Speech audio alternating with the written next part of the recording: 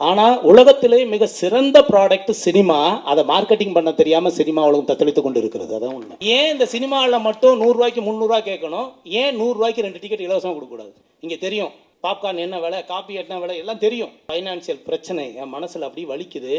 நானே பார்த்துட்டு நான் சொல்கிறேன், குப்பை 50 ரூபா டிக்கெட் புக் பண்ணால் 30 ரூபாய்க்கு வந்து இ-காமர்ஸ் சார்ஜ் வாங்குறாங்க. என்ன அநியாயம்! முதல் முறையாக தைரியமாக தமிழ்நாட்டில் இருக்க அத்தனை தேட்டரையும் 4 வாரம் புக் பண்ணக்கூடிய தகுதி வைகை எக்ஸ்பிரஸ். ஒரு டிக்கெட் விற்றா 5 ரூபா கிடைக்குதுன்னு சொல்லுவான். ஒரு டிக்கெட் புக் பண்ணால் 30 ரூபா கிடைக்கும் போது இவனுக்கு ஒரு 5 ரூபா கொடுத்தா என்ன தப்புங்கிறதா என்னுடைய கேள்வி. 1 லட்சம் டிக்கெட் விற்க முடியும் அப்படின்னா அவருக்கு ஒரு 5 லட்சம் ரூபா வருமானம் வந்தா ஒரு ஏழை தமிழன் பணக்காரனாக மாறுவதற்கு சினிமா துறையில் ஒரு அற்புதமான வாய்ப்பு இருக்கிறது அல்லவா? யோசிக்க வேண்டாமா? பேரன்பு கொண்ட பெரியவர்களே, அன்பர்களே, நண்பர்களே, பத்திரிகை நண்பர்களே, தொலைக்காட்சி நண்பர்களே மற்றும் என் உயிரினும் மேலான ஹிட்பாக்ஸின் வெற்றியாளர்கள் உங்கள் அனைவரையும், மேடையில் அமர்ந்திருக்கும் சினிமாவில் நிறைய சாதனை படைச்சு நம்மளை வேடிக்கை பார்க்க வந்திருக்காங்க. என்ன ஆர்கே ஏதோ வைகை சொல்லுங்க அப்படின்னா வெள்ளச்சட்டை போட்டு ஒரு கூட்டம் இருக்குது என்ன அப்படின்ட்டு உங்களையும் வருக வருக வரவேற்று என்வழி தனிவழி 25வது விழாவில் வந்து சொன்னோம். இந்த மாதிரி வந்து சினிமா வந்து வியாபாரத்தை மாற்றி அமைப்பது மூலம் வெற்றி அடைய வைக்க முடியும் அப்படின்னு நான் 5-6 வருஷமாக சொல்லிகிட்டு இருக்கேன் எல்லார்ட்டையும். ஹிட் பாக்ஸ்னால் என்ன அப்படின்னு, படம் ஹிட் அடிக்கணும், அது பாக்ஸ் ஆஃபீஸில் பேர் வரணும், அது ரெண்டையும் மிக்ஸ் பண்ணி வச்சுருக்கோம். ஒரு படம் ஹிட் பாக்ஸியா அப்படின்ட்டு. உலகத்திலேயே மார்க்கெட்டிங் முறையில் ஒரு சிறந்த ப்ராடக்ட் இருந்துச்சுன்னா மக்கள் மத்தியில் எடுத்துகிட்டு போகிறதுக்கு மார்க்கெட்டிங் முறை சிறப்பாக இருக்குது. ஏதாவது ஒரு ப்ராடக்ட், ஒரு சோப்பாக இருக்கலாம், ஒரு சீப்பாக இருக்கலாம், எந்த ப்ராடக்டாக இருந்தாலும் சரி, இது நல்லா இருக்குன்னா இந்தியா பூரா எடுத்துகிட்டு போகலாம், உலகம் பூரா எடுத்துகிட்டு போகலாம். மார்க்கெட்டிங் முறை சிறப்பாக இருக்குது. 5000 கோடி 10,000 கோடி பண்ணுற கம்பெனிக்கு இந்த மாதிரி ஒரு ப்ராடக்ட் கிடைக்கலைன்னு வெயிட் பண்ணிகிட்டு இருக்காங்க. ஆனால் உலகத்திலே மிக சிறந்த ப்ராடக்ட் சினிமா. அதை மார்க்கெட்டிங் பண்ண தெரியாமல் சினிமா உலகம் தத்தளித்து கொண்டு இருக்கிறது. அதான் உண்மை. எல்லா ப்ராடக்ட்டும், ஒரு ப்ராடக்ட் ஹிட் அடித்தா பெரிய விஷயம், ஆனால் எல்லாருக்கும் பிடிச்ச விஷயம். ஒருத்தர் அரசியல் பேச சொன்னாங்கன்னா இங்கே இருக்க அத்தனை பேரும் அரசியல் பேசுவாங்க. மதத்தை பற்றி பேச சொன்னால் எல்லோரும் மதத்தை பற்றி பேசுவாங்க. சினிமாவை பற்றி பேச சொன்னால் எல்லோரும் சினிமாவை பற்றி பேசுவாங்க. இது 3 பேசுகிறது தான் பொதுமக்களுடையது. ஆனால் சினிமாவை நேசிப்பார்கள், அதில் மாற்றமே கிடையாது. நான் வந்து இந்த படம் ஓடலை, திருட்டு விசிடி வருது, இந்த படம் தேட்டருக்கு யாரும் வரமாட்டேங்கிறாங்க அப்படின்னு சொல்கிறாங்க. மார்க்கெட்டிங் முறை வெளியில் எப்படி இருக்குது? 1 கிராம் தங்கம் வாங்கினா 1 கிராம் இலவசங்கிற நிலைமைக்கு வந்தாச்சு. 2 சட்டை வாங்கினா 2 பேண்ட் இலவசம்னு சொல்கிறான். 2 இட்லி வாங்கினா 1 கிறிஸ்பி இட்லி ஃப்ரீங்கிறான். எங்கே போனாலும் எல்லாம் ஃப்ரீங்கிறாங்க. நெட்டில் ஃபோன் பண்ணு, காலையில் நான் வந்து வீட்டில் டெலிவரி கொடுக்குறேங்கிறாங்க. எது கேட்டாலும் வீடு தேடி வருது. சினிமாவிலையும் வீடு தேடி வருது. திருட்டு விசிடி நல்ல பிரிண்ட்டு, அப்புறம் காசு கொடுங்கங்கிறாங்க. எங்கேயோ சினிமா உலகம் வந்து எல்லாத்துலேயும் வளர்ச்சி அடைஞ்சிருக்கு. ஆனால் வியாபாரத்தில் மட்டும் எங்கேயோ பின்தங்கி இருக்குங்கிறத என்னுடைய உணர்வு. ஆனால் இன்று பார்ப்பதல்ல, 5 ஆண்டுகளாக நான் பழகும் அனைவரிடம் பேசிக்கொண்டு இருக்கிறேன். சினிமாவுடைய வியாபார நுணுக்கத்தை மாற்றி அமைத்தால் சினிமா வெற்றி அடையும். இது என்னுடைய புதிய முயற்சியாக இருக்கலாம், வேடிக்கையாக இருக்கலாம், நடக்காதுன்னு கூட நினைக்கலாம். ஆனால் என்னை பொறுத்தவரை இந்த உலகத்தில் ஒரு மனிதன் தன் உயிரை இழந்து விட்டால் அதை மீட்டு தர தெரியாது, இயலாது. அதை தவிர அனைத்தையும் மீட்க முடியும் என்று கொள் அப்படிங்கிறது. கற்றுக் கொடுக்கிறதா, நம்ம எல்லாரும் கற்றுக் கொடுக்கிறதா. ஒரு அப்பா அம்மா தான் பிள்ளையை பெற்றுட்டு அந்த குழந்தைய தூக்கி வச்சு கொஞ்சம் போது நான் அப்பன்டா அப்படின்னு கற்றுக் கொடுக்குறது அப்போ. அதே அம்மா முந்தான சேலையை பிடிச்சி இழுக்கும்போது சீச்சிச்சி நான் உன் அம்மாடா, ஏன் முந்தானையை எடுக்கிற, கெட்ட ராஸ்கல்றான்னு சொல்லி அம்மானு கற்றுக் கொடுத்தாத்த. அதே மாதிரி சினிமாவையும் விற்பனையை கற்றுக் கொடுத்தா வெற்றி அடைய முடியுங்கிறதுல மாற்றங்கள். எவ்வளவோ பொருட்களை மார்க்கெட்டிங் பண்ணுறோம், எங்கே வேணாலும் கிடைக்கிது, பட்டி தொட்டிலாம் கிடைக்கிது. ஆனால் சினிமா மட்டும் கிடைக்காது. ஒன்றும் இல்லை, எக்ஸ்பிரஸ் அவனியோ இருக்குது, அங்கேயும் தேட்டர் இருக்குது. ஏன் அங்கே ஒரு டிக்கெட் கவுண்டர் கிடையாது? எல்லா தேட்டருடைய டிக்கெட் அங்கே விற்குங்கிற ஒரு இடம் கிடையாது. வியாபாரம் பண்ணலை. கதையை தேர்ந்தெடுக்கிறோம், 1 வருஷம் ஷூட்டிங் பண்ணுறோம், எல்லாம் பண்ணுறோம். ஆனால் மார்க்கெட்டிங்க்கு என்ன பண்ணியிருக்கீங்கன்னு கேள்வி கேட்டால் போஸ்டர் ஓட்டுறோம்னு சொல்கிறாங்க. என்னுடைய ஆசை, சினிமா உலகம் தயாரிப்பில் ஈடுபடும் பொழுதே மார்க்கெட்டிங் முறையை மாற்றி அமைக்க வேண்டும் என்று இங்கே இருக்க பிரமாக்கெல்லாம் முயற்சி செஞ்சு அதற்கான நேரத்தை ஒதுக்கினால் நிச்சயமாக 8 கோடி மக்களும் சினிமா பார்க்க வைக்க முடியுங்கிறதுல மாற்றமே கிடையாது. யாரும் 50 ரூபா 100 ரூபா அது டிக்கெட்டு பெருசெல்லாம் கிடையாது. 100 ரூபா டிக்கெட்டை 300 ரூபாய்க்கு விற்கிறோம். நான் என்ன கேட்குறேன், இந்த தேட்டரில் இவ்வளோ கிட்டத்தட்ட 300 சீட் 400 சீட் இருக்குதுன்னு வச்சுக்கோங்க. 100 பேர் படம் பார்த்தா தேட்டரில் படம் ஓட்டுறாங்க. நான் 100 பேருக்கு காசை கொடுக்கன்னு 200 பேருக்கு இலவசமாக தாய பிள்ளையா பொண்டாட்டி பிள்ளையா வந்து இலவசமாக பார்த்துட்டு போங்க. நான் நிச்சயமாக 100 நாள் படம் ஓட மாட்டேன். ஏன் இந்த சினிமாவில் மட்டும் 100 ரூபாய்க்கு 300 ரூபா கேட்கணும்? ஏன் 100 ரூபாய்க்கு 2 டிக்கெட் இலவசமாக கொடுக்கக்கூடாது?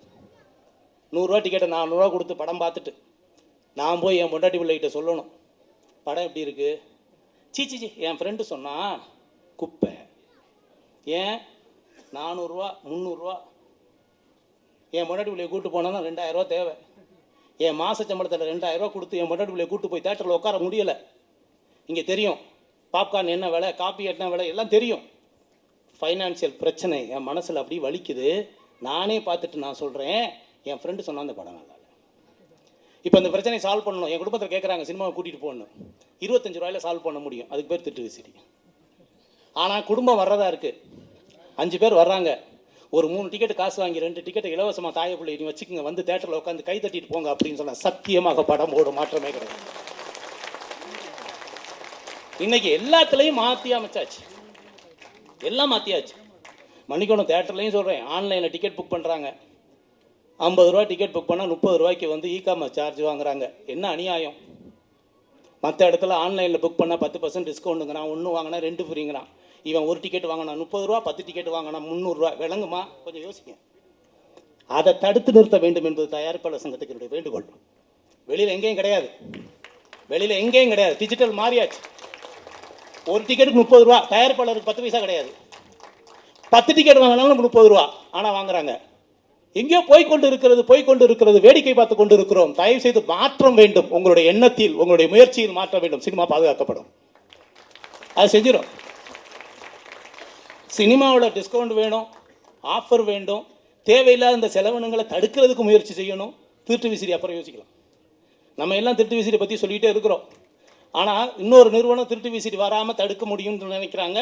நெட்டில் படம் வராமல் தடுக்க முடியும்னு நினைக்கிறாங்க. முடியும், செலவு செய்ய வேண்டியிருக்கு. முடியாதுன்னு ஒன்று கிடையவே கிடையாது. செலவு செஞ்சால் நிச்சயமாக தடுக்க முடியும்.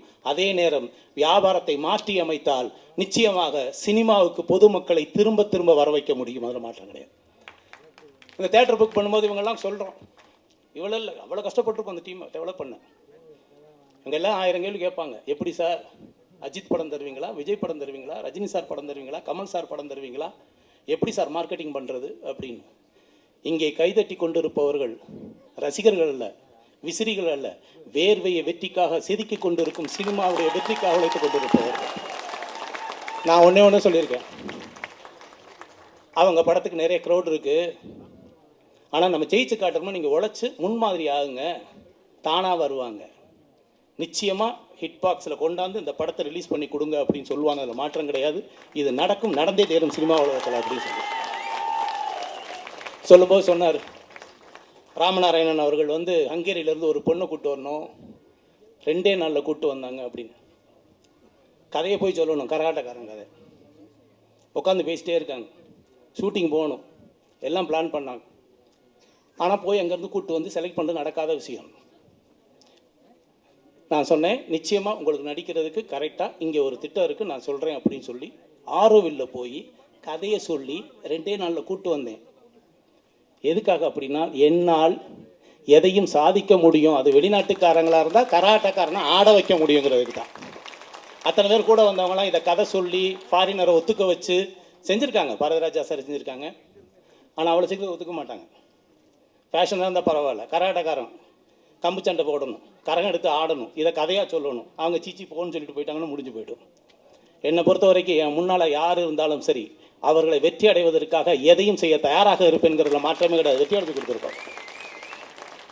இந்த படம் கொஞ்சம் லேட்டுலாம் சொன்னாங்க. நான் லேட்டுலாம் இல்லை, மார்க்கெட்டிங் பண்ணிகிட்ருக்கோம்.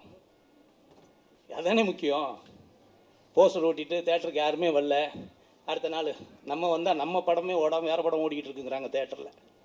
முதல் முறையாக தைரியமாக அங்கே தமிழ்நாட்டில் இருக்க அத்தனை தேட்டரையும் 4 வாரம் புக் பண்ணக்கூடிய தகுதி வைகை எக்ஸ்பிரஸ் புக் பண்ணியிருக்கோம். 4 வாரம் என்னாலும் என் ஆள் படம் பார்க்க வருவான், நீ படத்தை ஓட்டு. வீடு வீடாக போய் உழைச்சிருக்காங்க, அதுக்கு தான் டைம் எடுத்துக்கிட்டு இருக்கோம். வீடு வீடாக போய் உழைச்சிருக்காங்க. என்கிட்ட சொன்னாங்க திருட்டு விசிடினாங்க.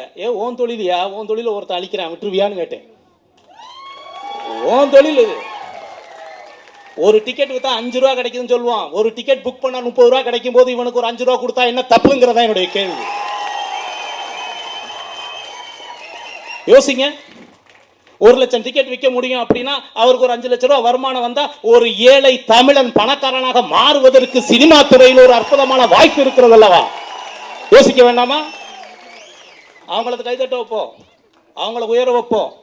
சினிமா நிச்சயமாக இந்த முறையில் இனிமேல் வருங்கால சினிமா ஹிட் பாக்ஸ் அப்படிங்கிற பேரை எடுக்கும் என்று கூறி இவ்வளவு நேரம் உங்களுடைய பொன்னான நேரத்தை சினிமாவுடைய வருங்காலத்தை செதுக்குவதற்கான ஒரு சந்தர்ப்பமாக இங்கே முன்மாதிரியான இந்த நிகழ்ச்சிக்கு வந்த உங்கள் அனைவரையும் வருக வருகவென மீண்டும் வரவேற்று விடைபெறுகிறேன். நன்றி, வணக்கம், வாழ்த்துக்கள்.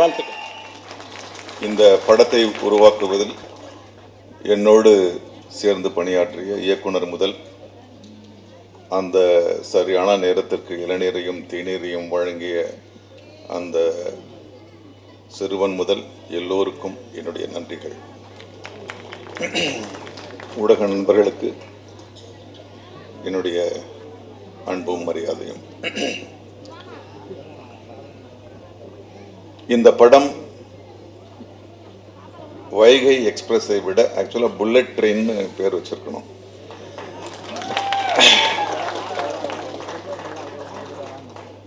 அந்த அளவிற்கு ஒரு விறுவிறுப்பான படம்.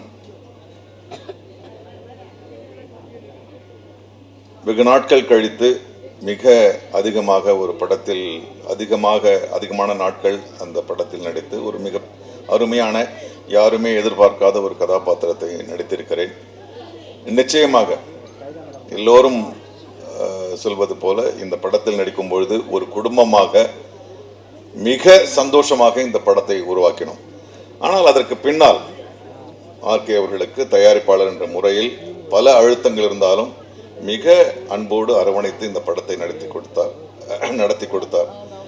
நாங்கள் அனுபவித்த அந்த சந்தோஷமான தருணங்களின் பிரதிபிம்பம் தான் இந்த வைகை எக்ஸ்பிரஸ். நாங்கள் எவ்வளோ சந்தோஷமா இருந்தோமோ அவ்வளோ சந்தோஷமா இந்த சந்தோஷத்தை அள்ளித்தர ஒரு படமாக தான் இது அமையும்.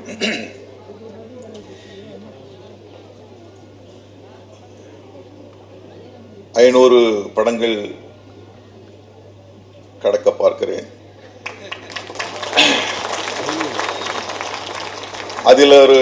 அதிலே ஒரு முக்கியமான படமாக இது இருக்குமா என்பதற்காக நான் வரவில்லை.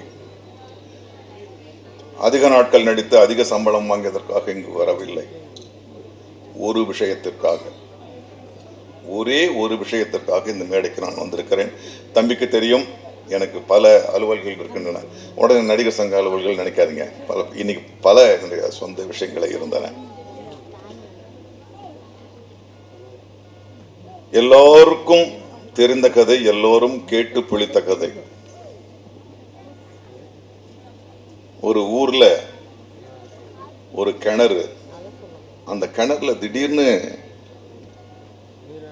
ஒரு பெண் விழுந்து விட்டாள். ஊரே கூடி நிற்குது. என்னப்பா இது, என்ன பொண்ணு விழுந்துச்சே, அது பா, ஐயோ மூச்சு வாங்குது, தத்தளிக்குது, ஐயோ உள்ள முங்குதே, வருதே. ஆனா யாருமே குதிக்கல. நம்ம எல்லாருக்கும் தெரிஞ்ச கதை என்ன, ஒருத்தன் திடீர்னு குதிச்சான். அவன் போய் அந்த பொண்ணை காப்பாற்றி கூட்டின்னு வந்தான். ஏண்டா எப்பரா தைரியம் வந்து குதிச்ச? நான் எங்க குதிச்சேன், பின்னால் வந்து தள்ளி விட்டாங்கன்னு சொல்லுவாங்க. ஆனால் இன்று தமிழ் சினிமா உண்மையில் நீங்கள் செய்திகளிலே பார்க்கலாம், பல கோடி ரூபாய் புழங்குகிறது அப்படி இப்படின்னு. ஆனால் விரலுக்கேற்ற வலி போல எவ்வளவு கோடி சம்பாதிக்கின்றோமோ அதை விட 10 மடங்கு ஒரு பெரிய மன அழுத்தத்தையும் மனவேதனையும் தான் எல்லோரும் அனுபவித்துக் கொண்டிருக்கிறோம். இன்று தயாரிப்பாளர் சங்கத்திற்காக போடுகின்ற பல் அணியிலிருந்து இங்கு உட்கார்ந்து இருக்கிறார்கள். அவ்வளவு ஒரு குழப்பமான ஒரு நெருக்கமான ஒரு இறுக்கமான சூழலில் இருக்கும் பொழுது எல்லோரும் ஏற்கனவே போட்டு தேய்ந்த ஒரு விஷயத்தை தேய்த்து கொண்டிருக்கும் பொழுது ஒரு இளைஞன் வருகிறான், கிணற்றிலே குதிக்கிறான், சொல்லிக்கொண்டே குதிக்கிறான். எனக்கு நீச்சல் தெரியாது, ஆனா எனக்கு கடமை இருக்குன்னு அந்த பொண்ணை காப்பாற்றணும்னு ஒருத்தர் குதிக்கிறான். அதான் இருக்கு.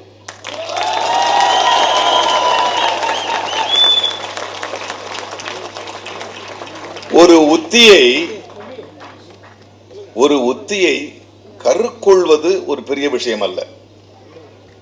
சாவகாசமா உட்காந்துக்கிட்டு சாப்பிட்டு முடிச்சுட்டு உட்காந்து பார்த்தா வானத்தையே பிடிச்சிடலாம், வானத்தை வளைச்சிடலாம், ரஜினிகாந்தை வச்சு 100 படம் எடுக்கலாம், எல்லாம் வந்த பரக்கருக்கள் வரும். ஆனால் கருக்கொண்ட ஒரு விஷயத்தை செயல்படுத்துவது என்பது ஒரு வலி அல்ல, ஒரு யாகம். அந்த யாகத்தை முடித்திருக்கிறான் என் தம்பி ஆர்டிஆர். பல இந்த விஷயத்தை பல தடவை சொன்னாரு. அடடா, நம்ம 4 படம் எடுக்கும் போது இந்த மாதிரி ஐடியா சொல்றதுக்கு ஒருத்தர் இல்லையே, உண்மையாவே நான் கவலைப்பட்டேன். இப்பொழுது கூட முந்தா நாள் கூட தயாரிப்பாளர் சங்கத்தில் ஒரு பிரச்சனைக்காக போனேன். நான் உண்மையில் சொல்லுகிறேன், என்னுடைய பணம் நஷ்டப்பட்டதை விட என் கண்ணுக்கு தெரிந்து ஒருவனுடைய பணம் நஷ்டப்படும் போது அவன் அனுபவிக்கின்ற வலியை விட எனக்கு வலி அதிகமாக இருக்கிறது. இது சத்தியமாக சொல்லுகிறேன். ஏனென்றால் சினிமாவில் பணம் இழப்பதென்பது நஷ்டம் அல்ல.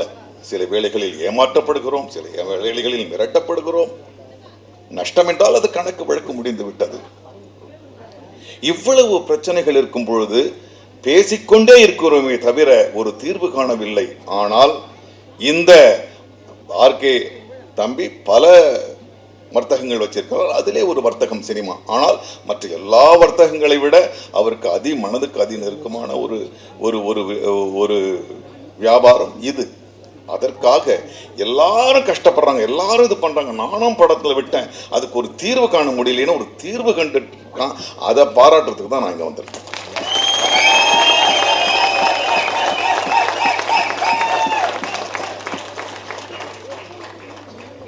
இன்னைக்கு பழையன கழிதலும் புதியன புகுதலும் அவசியம். இல்லைன்னா உலகம் முன்னேறாது.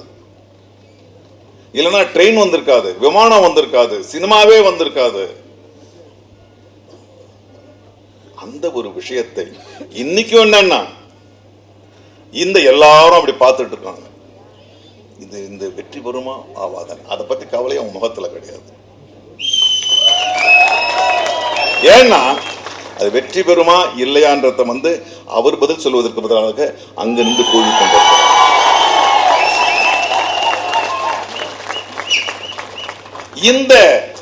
இந்த ஒரு நம்பிக்கையின் சிரிப்பு என்னுடைய ஒவ்வொரு விநியோகஸ்தரின் முகத்திலும் வரணும்.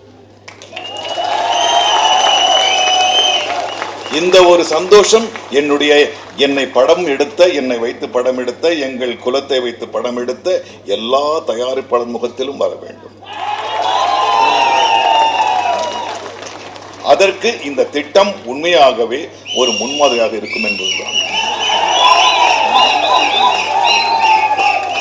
இன்னைக்கு A380 ஒரு விமானம் வருது. சும்மா இன்னைக்கு யூடியூப்ல வச்சுட்டு நீங்க எங்கேயோ போய் பாக்குறீங்க. A380 ஒரு விமானம் இருக்கு. அதுல 5 நட்சத்திர விடுதியை விட மிக அழகான அறைகள், நீச்சல் குளம் மட்டும்தான் அவ்வளோ இருக்கு. இன்னைக்கு ஒரு விமானத்துல அவ்வளோ இருக்கு. ஆனால்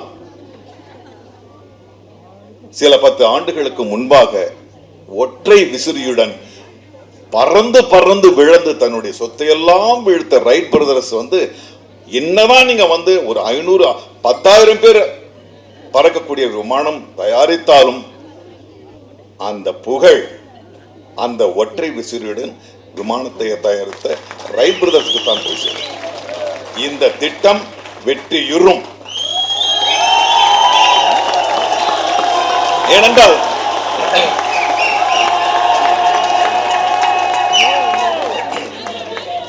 ஏனென்றால் வெற்றியுறும். நான் 4 படம் எடுத்தேன், நிறைய பேர் நடிக்கிறாங்க, இன்னும் 400 பேர் சென்சார் ஆகி படம் இருக்குது, கதிரேசன் ப்ரொடியூசர் இருக்காரு, கேஆர் படம் இருக்குது, எல்லாம் தயாரிப்புக்காங்க. அந்த படம் ஓடணும் தான் எல்லாரும் படம் எடுக்கிறோம். ஆனால் இது கதை அல்ல, கணிப்பு. அவர் கணக்கு போட்டு சொல்றாரு. அவர் சார் ஒரு தியேட்டரில் இவ்வளோ சீட் சார், ஒரு ஷோக்கு இவ்வளோ பேர் வருவாங்க சார். சரி சார், நான் வந்து பெரிய ஹீரோ இல்லை சார், நான் ரஜினி இல்லை சார், கமல் இல்லை சார், இவ்வளோ பேர் வருவாங்க சார், இவ்வளோ பேரை வேணாம் சார், அது 5 பேருக்கு வேணாம் சார், 4 பேர் ஃப்ரீயாக வரணும் சார், ஒரு டிக்கெட் சார். கணக்கு சொல்றாரு சார். ஒரு தமிழ்நாட்டில் எனக்கு விடுங்க சார், எஃப்எம்எஸ் வேணா அதெல்லாம் விடுங்க சார், அது அப்புறம் சார். தமிழ்நாட்டில் இத்தனை தேட்டர் இருக்குது, இத்தனை சீட் இருக்குது, இத்தனை பிரிண்ட் விடுவேன், இத்தனை சீட் இருக்குது சார், இது முன்னால் ஏ சீட்டு பி சீட்டு வேணாம் சார், எனக்கு வந்து 120 ரூபா 100 ரூபா டிக்கெட் ஒரே டிக்கெட் சார். பள்ளி போட்டுக்கிட்டே போறாரு. அந்த நம்பிக்கை மனசுல, அந்த நம்பிக்கை இல்லைன்னா அது அவ்வளோ சரளமாக வராது சார். இப்போ உதாரணத்துக்கு ஒரு தமிழ்நாட்டில் வந்து ஒரு 1000 தேட்டருக்குன்னு வச்சுங்களேன், அப்படி ஆரம்பிக்கல. வைகை எக்ஸ்பிரஸ் வேகத்திலேயே அந்த திட்டத்தை சொல்றாரு.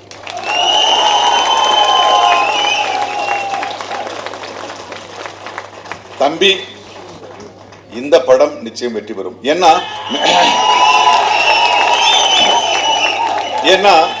நீங்க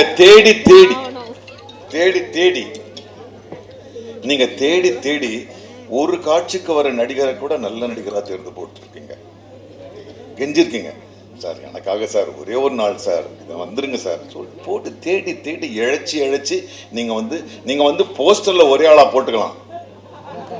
ஆனால் இல்ல, அதுக்கு பார்த்தா இன்னைக்கு வந்து சிஜி பண்ணி எல்லா விஷயத்தையும் அவரே கூட போட்டுக்கலாம். ஆனால் தேடி ஒவ்வொரு கதாபாத்திரத்திற்கும் நீங்கள் கேரளாலேருந்து அங்கிருந்து இங்கிருந்து எல்லாம் நீங்க பாருங்க. இதுல இருக்க ஒவ்வொரு படத்தை விட படத்தில் ஒவ்வொருத்தரும் நடித்திருக்கிற நடிப்பு தான் மிகச்சிறப்பு இதுல. அதனால இந்த படம், அதுவும் ஷாஜி கைலாஸ் வந்து இங்கிருந்து ஒரு அடி எடுத்து வைக்கிறான்றத வந்து 1000 ஷாட் கட் பண்ணுவார், அவ்வளோ வேகமாக்கிடுவார் அவர். என்னுடைய விளைவு, என்னுடைய வேண்டுதல், என்னுடைய ஆசை இந்த படம் ஓட வேண்டும் என்பதல்ல, இந்த படத்தின் திட்டம் வெற்றி பெற வேண்டும்.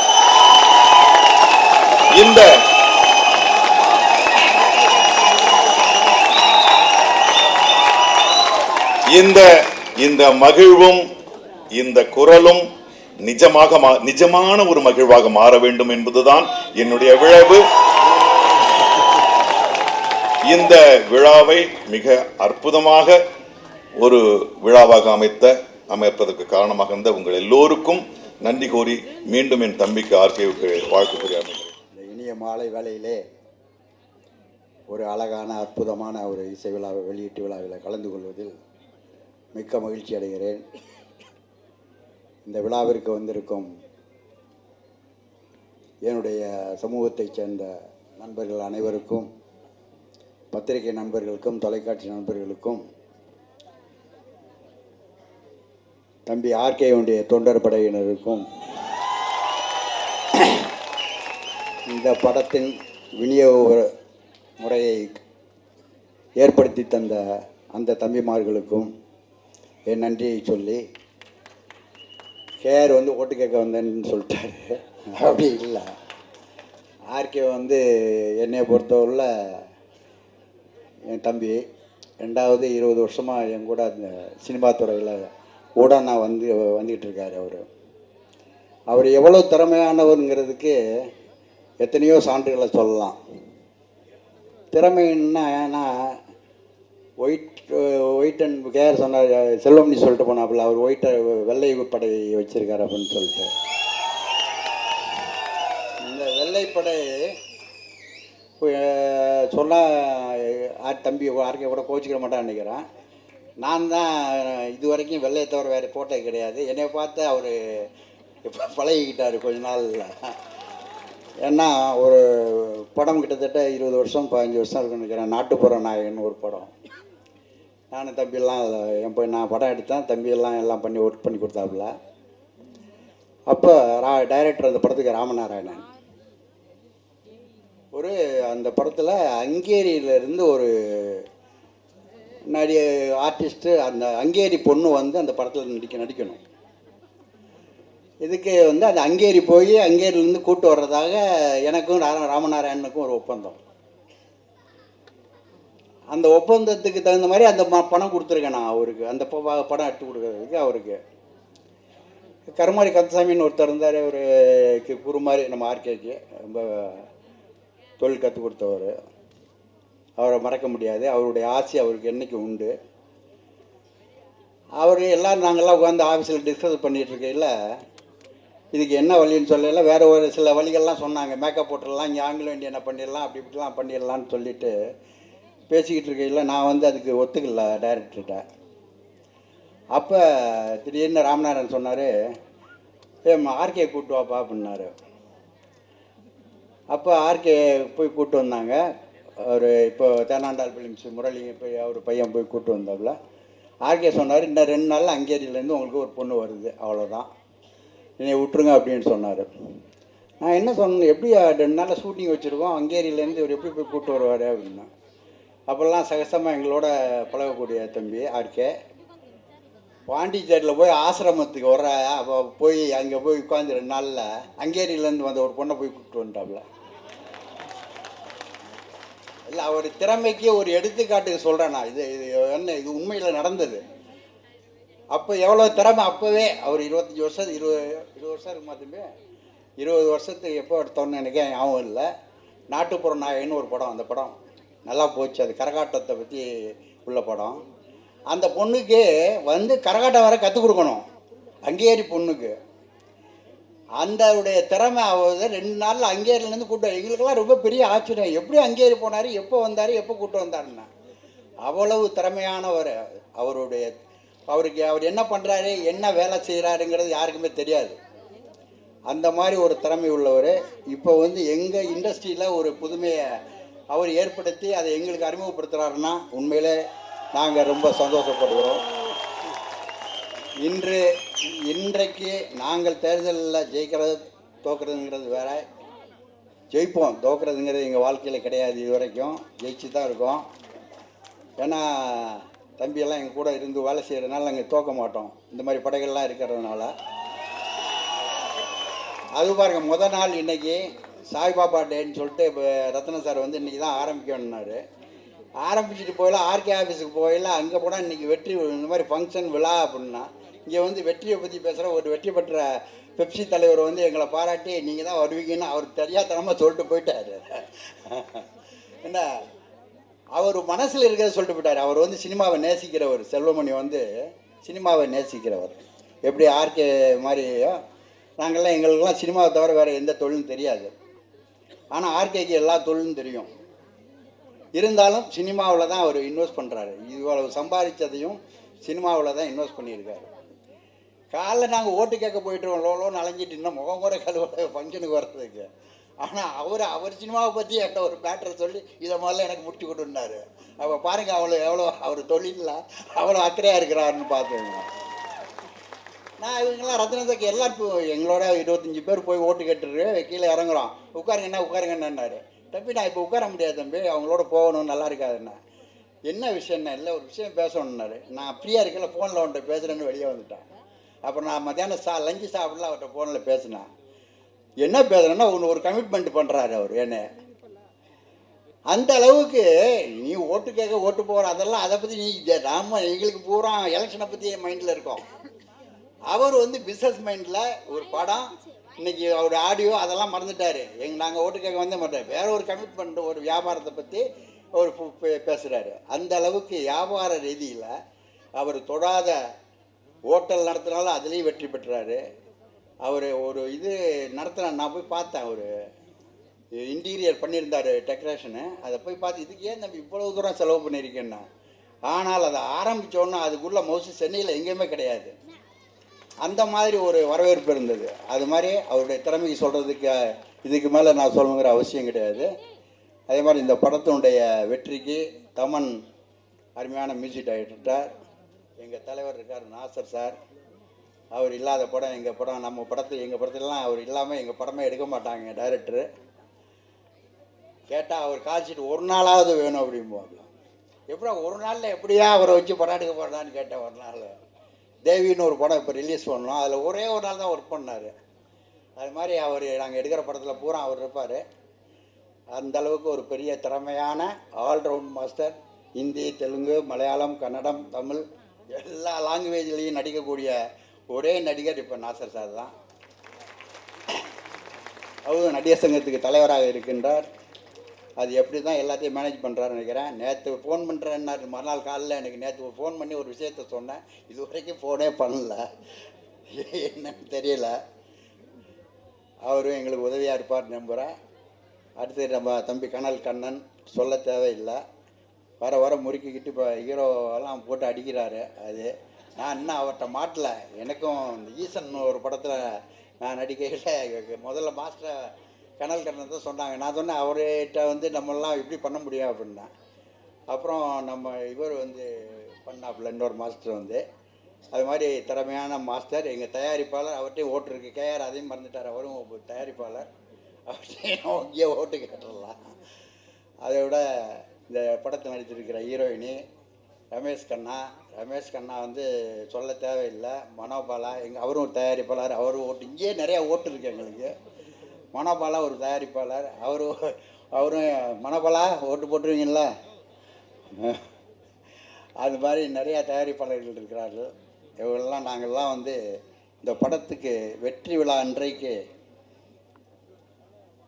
நிர்வாகத்தில் இருக்கிற மாதிரி வந்து அந்த சூழ்நிலையில் ஆர்கேயை கூப்பிட்டு அவருடைய அட்வைஸை கேட்டு விநியோகத்தை சட்டமாக, அதாவது விநியோக தயாரிப்பாளர் சங்கத்தில் ஒரு அதை உருவாக்கியவர் ஆர்கே என்ற பெயர் என்றைக்கும் வழங்குமாறு செய்வோம் என்று கூறி விடைபெறுகிறேன். நன்றி, வணக்கம். நான் எப்போ ஆர்கே பார்க்க வந்தாலும் இந்த ஒயிட் அண்ட் ஒயிட் வந்து கண்ணை மிளற செய்யும். அவங்க ட்ரெஸ் மட்டும் இல்லை, அவங்க சந்தோஷத்தை சிரிக்கும் போது அந்த பல்லு 32 எல்லாருக்கும் வெளியே தெரியும். அது வந்து ஆர்கேவில் மட்டும்தான் முடியும். அது யாராக இருந்தாலும் அவருடைய ஃபேன் ஆக்கி வச்சுருவார். அது வந்து ஆர்கேவோட கைவந்த கலை. தமிழ் சினிமாவில் இன்றைக்கி ஒரு முக்கியமான ஒரு நாள் நான் நினைக்கிறேன். ஏன்னா ஒரு நாளும் ஒரு சேஞ்ச் வந்து மாறிட்டே இருக்கும்போது, கூத்துலேருந்து ட்ராமா வந்தது, ட்ராமாவிலேருந்து சினிமா வந்தது, சினிமாவிலேருந்து டிவி வந்தது, டிவி வரும்போது சினிமாவை வந்து பாதிக்கிற மாதிரியான ஒரு நிலை வருது. இப்போ அந்த டிஸ்ட்ரிபியூஷனில் ஏற்கனவே இருக்கிற நிலை அப்படியே இருக்கிறதுனால படம் 3வது நாளுக்கு அப்புறம் வந்து ஆடியன்ஸ் பார்க்க விருப்பப்பட்டால் கூட வந்து தேட்டருக்கு வர விருப்பம் இல்லாமல், இல்லை தேட்டர் எந்த தேட்டர்னு தெரியாத ஒரு சூழ்நிலை இருக்குது. அது இல்லாமல் புதுசாக ஒரு சிந்தனை, ஆர்கேவோட சிந்தனை வந்து இப்போ நீங்கள் ப்ரொடியூசர் கவுன்சில் கூட அவரை வந்து ஆலோசகர்களாக வச்சுக்கலாம் நீங்கள் வந்த உடனே. ஏன்னா ஆர்கேவோட சிந்தனை வந்து ரொம்ப ஃப்ரெஷ்ஷாக இருக்கும். அது கேட்கும்போது நடக்காதது மாதிரி தெரியும், ஆனால் ஒரு 5 வருஷம் கழிச்சு அது நடக்கும். அதுபோல் இப்போ கூட இந்த டிஸ்ட்ரிபியூஷன் வந்து எனக்கு ஒரு 5 வருஷம் முன்னாடியே சொன்னார், இது மாதிரி பண்ணலாம் சார், இது மாதிரி பண்ணலாம் சார்னு. சார் இதெல்லாம் எப்படி சார் நடக்கும்னு. ஆனால் இன்றைக்கி பார்த்தா ஹிட் பாக்ஸ்னு ஒரு கம்பெனியை ஃபார்ம் பண்ணி அதை வந்து நடத்தி காமிச்சிட்டார். ஏன்னா நடத்தாத நடத்தி காமிக்கக்கூடிய சக்தி வந்து நம்ம சேதுராமன், அப்புறம் வந்து ஆர்கே. ஏன்னா இவங்க 3 பேர்கிட்ட நான் நோ சொல்லணும்னு போவேன். எப்போ கூப்பிட்டாலும் இவங்க எப்படியா நோ சொல்லணும்னு நினச்சி போவேன். ஆனால் வரும்போது எஸ் அவங்க என்ன சொல்ல வச்சுருவாங்க. அந்த 3வதுல இவர் முக்கியமானவர் வந்து ஆர்கே. நீ என்ன வேணாலும் பேசு சார், நீங்கள் சொல்கிற மாதிரி நோ சார் அப்படின்வார் முதல்ல. இப்போ ஜெயிச்சுட்டோம் நினைப்போம், ஆனால் கடைசியாக முடிக்கும் போது சார் எஸ் சார்னு சொல்லிட்டு நம்ம வருவோம். அதுதான் வந்து ஆர்கேவோட மிகப்பெரிய டேலண்ட்டு. நான் வந்து அவரை வந்து என்னோட படத்தில் வில்லனாக இன்ட்ரடியூஸ் பண்ணேன். இப்போ அவரோட படத்தில் என்னை வந்து வில்லனாக அவர் இன்ட்ரடியூஸ் பண்ணியிருக்கேன். அது பிரதி உபகாரமா இல்லை வந்து அபகாரமானு தெரியாது இப்போ எனக்கு. ஆனால் நாசர் சார் இங்கே இருக்காரு, உண்மையில சொல்கிறேன், நடிக்கிறது உலகமாக கஷ்டமான வேலைங்க. நான் வந்து டைரக்டராக இருக்கும்போது ஒரு 1 செகண்டில் கொஞ்சம் லேட் பண்ண என்ன உயிரெடுக்க டக்குன்னு ஏன்னா லேட் ஆகுதுன்னு சொல்லி ஒரு டார்ச்சர் பண்ணுவோம், அவ்வளோ ஃபாஸ்ட்டாக இருப்போம். ஆனால் நடிக்க போகும்போது அது எவ்வளோ வந்து கொடுமையான இல்லை கஷ்டமான வேலைன்னு வந்து அங்கே போய் நீ கேமரா முன்னாடி நிற்கும் போது தான் வந்து தெரியுது. 1000 கண்கள் வந்து நம்மளை வந்து குத்துது. வந்து எல்லாமே கான்ஷியஸாக இருக்குது. கையை இங்கே வைக்கிறதா இங்கே வைக்கிறதா, பார்வை இவரை பார்த்தோன்னே திரும்ப அங்கே திரும்புற வரைக்கும் அவர் பேசும்போது நம்ம என்ன பண்ணுறது, ஒரு வினாடியை யோசிச்சு அது என்ன பண்ண, அப்போ கான்ஷியஸ்னஸ் வந்துடுது. இயல்பாக இருக்க முடியல. ரொம்ப கஷ்டம் சார். நான் சார் நீங்களாம் வந்து நடிகனாக இருக்கிறது வந்து உங்களாம் கடவுள் கொடுத்த வரம். அது உண்மையாக வந்து நடிகனாக இருக்கிறது வந்து கடவுள் கொடுத்த வரம் தான். ஏன்னா எங்களால் இன்னொரு படம் நடிக்க முடியாது, என்னால் அவ்வளோ கஷ்டம் எனக்கு வந்து. ஒரு நாள் வந்து தெரியாமல் வந்து இவர் வந்து கம்பல் பண்ணி என்னை நடிக்க வச்சார். நடித்து முடித்து வந்தபோது ரொம்ப கஷ்டம். ஈவினிங் ஆனால் எனக்கு கொஞ்சம் தலைவலி, ஃபீவர் இதெல்லாம் வர மாதிரியான ஒரு இது வந்துடுச்சு. அவ்வளோ கஷ்டமான வேலை. உண்மையாகவே நடிகர்கள் வந்து நீங்கள் மிகப்பெரியவர்கள் வந்து ஒரு படம் நடித்து நான் உணர்ந்துக்கிட்டேன். இந்த படம் வந்து உண்மையாகவே ஷாஜி கைலாஷ் வந்து எனக்கு பிடிச்ச ஒரு டைரக்டர், மிகச்சிறப்பான டைரக்டர். ஒன்றுமே இல்லாத விஷயத்தை அப்படி வந்து ஒரு கிமிக்ஸ் பண்ணி வந்து ஆடியன்ஸை வந்து தன்பால் இருக்கக்கூடிய மிகச்சிறந்த ஒரு டெக்னீஷியன். அந்த அவர் படத்தில் அவர் என்னை வந்து ஒரு நடிகனாக வந்து என்னை இன்ட்ரடியூஸ் பண்ணது. என் படத்தில் நான் ஒரு சின்ன கேரக்டர் நடித்தேன். ஆனாலும் வந்து வெளியே வந்து ஒருத்தர் நான் நடிக்க போகும்போது முதல்ல கஷ்டம். கேமரா முன்னாடி இருந்தால் என்னால் எப்போ என்ன ஒரு ஸ்டில் எடுக்கிறது கூட எனக்கு கஷ்டம். ஸ்டில் எடுத்தாவே ஒரு 5-6 ஸ்டில் எடுக்கணும். அதுதான் வந்து கண்ணு நட்டுக்கும். இது மாதிரியான இருக்கும்போது என்னை நடிகனாக கூட வந்து ஷாஜி கைலாஷ் மாற்றிருக்காரு. அவருக்கு வந்து இந்த நேரத்தில் என்னோட நன்றி சொல்ல விரும்புகிறேன். இந்த மேடையில் இப்போது எல்லாமே வந்து உட்காந்துருக்கீங்க. உங்களுக்கு வந்து ஒரு வேண்டுகோள், ஏன்னா நீங்கள் தான் வந்து இனிமேல் வரப்போகிற ப்ரொடியூசர் கவுன்சில் தான் தமிழ் சினிமாவோட தலைவிதியை தீர்மானிக்க போகிற முக்கியமான நபராக இருக்க போகிறீங்க. யார் வர போகிறீங்களோ, யார் வந்தாலும் மிகச்சிறப்பாக, மிக கட்டுக்கோப்பாக, மிக ஒற்றுமையாக இருந்து பண்ணிங்கன்னா தான் தமிழ் சினிமா பிழைக்கும். இல்லைன்னா தமிழ் சினிமான்னு ஒன்றை வந்து நம்ம பேப்பரில் தான் இனிமேல் படிக்க வேண்டிய நிலைமை இருக்கும். அவ்வளோ வந்து அபாயகரமான நிலைமையில் போயிட்டே இருக்குது. தயவுசெய்து நீங்கள் எல்லோரும் வந்து ஒரு புதிய சிந்தனையோட, இப்போ என்ன நேற்று உண்மையாகவே வந்து ஒரு படம், நேற்று மொட்டை சிவா கட்ட சிவான்னு ஒரு படத்துக்கு நாங்கள் போயிருந்தோம். அங்கே என்ன இருக்குன்னா, பெரும்பாலும் வந்து நான் இது வரைக்கும் ப்ரொடியூசர் சார்பில் தான் வந்து பல மேடைகள் ஏறி இருக்கேன். ஆனால் தொழிலாளர் சார்பில் முதல் முறையாக வந்து தொழிலாளர் ஊதியத்தை வாங்கிறதுக்காக அந்த இடத்துக்கு போகிறேன். போகும்போது இது வரைக்கும் வந்து எங்களுக்கு பணம் கொடுக்கலன்னா படத்தை நிறுத்துவோம் அப்படின்னு தான் தொழிலாளர்கள் சொல்லி ஒரு இது இருந்தது. ஆனால் நேற்று வந்து தொழிலாளர்கள் மொத்த பேரும் சார் பணத்தை நாளைக்கு வாங்கிக்கணும், படத்தை எப்படியா ரிலீஸ் பண்ணுங்கள் அப்படிங்கிற மாதிரி ஒரு நிலைமையை வந்து நேற்று கண்கூடாக பார்த்தோம். ஆனால் பணம் சம்மந்தமே இல்லாத ஒருத்தர் வந்து படத்தை நிறுத்தக்கூடிய ஒரு சூழ்நிலை வந்து அபாயகரமான சூழ்நிலை. நேற்று எனக்கு வந்து ஒரு பயம் வந்தது. அது என்னென்னா, இது வரைக்கும் வந்து கோர்ட் ஆர்டர் வந்து ஒரு படத்தை வந்து ஸ்டே பண்ணுவாங்க. இப்போ வந்து கவர்மெண்ட் வந்து ஒரு புதிய வந்து, அதாவது வந்து ஈஸியாக சட்டம், ஈஸியாக மக்களுக்கு நீதி கிடைக்கணுங்கிறதுக்காக ஆர்பிட்ரேஷன் பண்ணுறவங்களுக்கு கூட வந்து அந்த பவர் இருக்குது. ஈக்குவலன் டு ஒரு கோர்ட் ஆர்டர் கொடுக்குற ஒரு ஈக்குவலன் பவர் இருக்குதுன்னு வந்து ஒரு புதிய விதியை வந்து கொண்டு வந்திருக்காங்க. இதனால் இன்றைக்கி வந்து ஏறக்குறைய ஒரு 10,000 வக்கீல்கள் வந்து நீதிபதிகளாக மாறக்கூடிய ஒரு நிலை இருக்குது. இவங்க 10,000 பேர் தேர்ந்தெடுக்கு முன்னாடி வந்து ஆர்பிட்ரேஷன் வந்து 2 பேரும் காம்ப்ரமைஸ் பண்ணுறதுக்கு உண்டான ஒரு பொறுப்பாக இருந்தது. ஆனால் இப்போது சட்டம், அதாவது வந்து தீர்ப்பு கொடுக்குற அதிகாரம் படைத்த ஒரு பதவியாக இருக்குது. அதனால் இந்த பதவிக்கு வரக்கூடியவங்கள மிகச்சிறந்த இல்லை தகுதி வாய்ந்தவங்களாக தேர்ந்தெடுக்க வேண்டிய அவசியம் நீதித்துறைக்கு இருக்குங்கிறத நேற்று நான் புரிஞ்சுக்கிட்டேன். தயவுசெய்து வரப்போகிற நிர்வாகிகள் வந்து அதை வந்து நீதித்துறையோட, இதனால் பல பல அபாயங்கள் வரப்போயிருக்கு. யார் ஒன்றாலும் வந்து ஸ்டே கொடுக்கலாம். ஆர்பிட்ரேஷன் எந்த கோர்ட்லாம் இப்போ நீங்கள் போய் கேவியட்லாம் போடவே முடியாது. சிட்டி சிவில் கோர்ட்டோ ஹைகோர்ட்டாலும் கேவியட்லாம் போடவே முடியாது. ஏன்னா 10,000 பேர் எங்கே சொன்னாலும் ஆர்பிட்ரேஷன்லேருந்து வந்து ஒரு ஸ்டே கொடுக்கறதுக்கு உண்டான ஒரு அபாயம் இருக்குது. அதனால் வந்து இதை ஒழுங்குபடுத்த வேண்டிய அவசியமும் கட்டாயமும் இன்றைக்கி வரப்போகிற நிர்வாகிகள் இருக்குது. நீங்கள் எல்லோரும் ஒன்று சேர்ந்து ஒரு சிறந்த தமிழ் சினிமாவை, சிறந்த நிர்வாகத்தை கொடுக்கணும். அது மூலம் வந்து இது வரைக்கும் 100 ஆண்டு கடந்த தமிழ் சினிமா இன்னும் ஒரு 100 ஆண்டை நல்ல முறையில் கிடக்கணும். ஏன்னா இன்றைக்கி பார்த்தீங்கன்னா தெரியும், வந்து படம் ரிலீஸ் ஆகிறதுக்கு முன்னாடி இவங்களாம் டிக்கெட் விற்றுருக்காங்க. நீங்கள் யோசிச்சு பாருங்கள், ரிலீஸ் ஆன படத்துக்கே டிக்கெட் வாங்க ஆள் இல்லை, ஆனால் ரிலீஸ் ஆகாத படத்துக்கு வந்து டிக்கெட் விற்றுருக்காங்க. அப்போது அந்த சிந்தனையை நம்ம கவுன்சில் வந்து அதை கையில் எடுத்துக்கணும். அதை வந்து ஒரு எப்படி வழிமுறைப்படுத்துறதுன்னு ஆர்கே உட்காந்து பேசினா கூட வந்து ஏன்னா ஆர்கே வந்து எனக்கு ஒரு 8 வருஷமாக அவர் மிகச்சிறந்த நண்பர். அவர் வந்து நிறைய தொழில் பண்ணியிருக்காரு. ஆனால் அவரோட பேஷன் வந்து சினிமா தான். சினிமான்னு பேசிக்கிட்டே இருப்பார். சமூகத்துக்கு மேலே கூட அவர் ஒரு பெரிய அக்கறை இருக்குது. அதனால தான் அவரோட டைட்டிலே பார்த்தீங்கன்னா மக்கள் பாசறைன்னா போர் வீரர்கள் நிறைந்த இடம். எங்கள் மக்களே போர் வீரனா மாற்றக்கூடிய ஒரு ஆளாக வந்து வாழ்க்கையை வந்து நிச்சயம் மக்கள் கூட போர் வீரனாக மாறக்கூடிய நிலை வரும். நீங்கள் எல்லாரும் அது கொண்டு தமிழ் சினிமாவை மாற்றக்கூடிய நிலையில் நீங்களாம் வர இருக்கீங்க. வந்து மிகச்சிறப்பான பணியை செய்ய வேண்டும். இந்த மேடை அதற்காக நான் பயன்படுத்தி இருக்கின்றது ஆர்கேவுக்கு ஒரு நன்றி சொல்கிறேன். அதுபோல் வந்து என்னை ஃபைட் வேறு பண்ணி வச்சார் கனல் கண்ணன். அவர் ஒரு படத்தில் நான் வந்து பெண்டு நிமித்தின ஒரு படத்தில் அவர் என்னை திருப்பி இந்த படத்தில் அந்த பழி வாங்கியிருக்காரு. ஆனாலும் வந்து ஏதோ என்னால் பண்ண முடிஞ்ச அளவுக்கு என்னை யூஸ் பண்ணி நானே இப்போ வந்து ஒரு தடவை ட்ரைலர் கட் பண்ணி எனக்கு காமிச்சார், படம் காமிச்சார். ஓஹோ இவ்வளோ ஃபைட்லாம் கூட நான் பண்ணியிருக்கேங்கிற மாதிரி வந்து டைரக்டரே ஏமாற்றக்கூடிய ஒரு ஃபைட் மாஸ்டர், ஃபைட் டைரக்டர் அவருக்கு கூட என்னுடைய நன்றி. இந்த படத்தில் ராஜா இருக்காருன்ற கேமராமேன் மிக சிறந்த முறையில் வந்து அந்த ஒளிப்பதிவு பண்ணார். இசை வந்து பிச்சுட்டு போகுது. அப்படின்னா வித்தவுட் மியூசிக் ட்ராக்கு அந்த ட்ரைலர் ட்ராக்கோட பார்க்கும்போது அதனுடைய விஷயமே வேறவா இருக்குது. தமனுக்கு கூட வந்து இந்த நேரத்தில் என்னுடைய வாழ்த்துக்களை சொல்கிறேன். இந்த படத்தில் நடித்த நடிகை டெக்னீஷியன் எல்லாருக்கும் மிகச்சிறந்த எதிர்காலம் அமைய வேண்டும். இந்த படம் வெற்றி படமாக அமையும். ஏன்னா வெற்றிங்கிறது எனக்கு எல்லாருமே காமிச்சிட்டாங்க. நீங்கள் வந்து வெறும் ஆர்கேக்கு மட்டும் வந்து டிக்கெட் விற்காம தமிழ் சினிமாவுக்கு கூட ஒரு நல்ல இது ஒன்றுங்க தர வேண்டும் என்று கேட்டுக்கொண்டு உங்கள் அனைவரிடமிருந்து விடைபெறுகிறேன். நன்றி, வணக்கம். மேடையில் விட்டிருக்கக்கூடிய அனைவருக்கும், வந்திருக்கக்கூடிய பத்திரிகை நண்பர்கள், டிஸ்ட்ரிபியூட்டர்ஸ் மற்றும் பொதுமக்கள், எங்களை வாழ வைத்துக் கொண்டிருக்கும் ரசிக பெருமக்கள் அனைவருக்கும்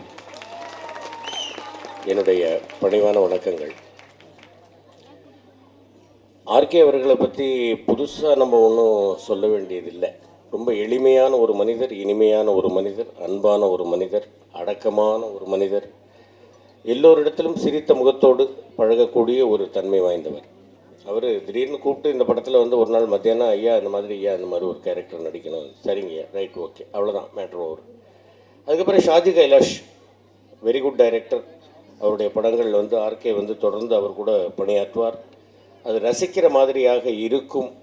ஸோ தைரியமாக நம்பி இந்த படத்தில் நமக்கு ஒரு நல்ல கேரக்டர் இருக்கும் அப்படின்னு சொல்லி ஒத்துக்கலாம்.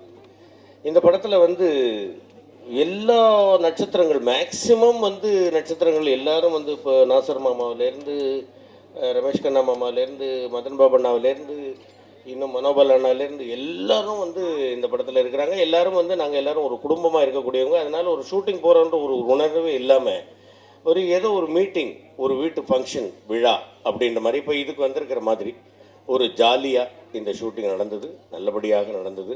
நல்ல கேரக்டர். எனக்கு இந்த படத்தில் வாய்ப்பளித்த அனைவருக்கும் நான் முதற்கன என்னுடைய நன்றியை தெரிவித்துக் கொள்கிறேன். இன்னொரு முக்கியமான விஷயத்தை நான் இந்த மேடையில் சொல்லணும்.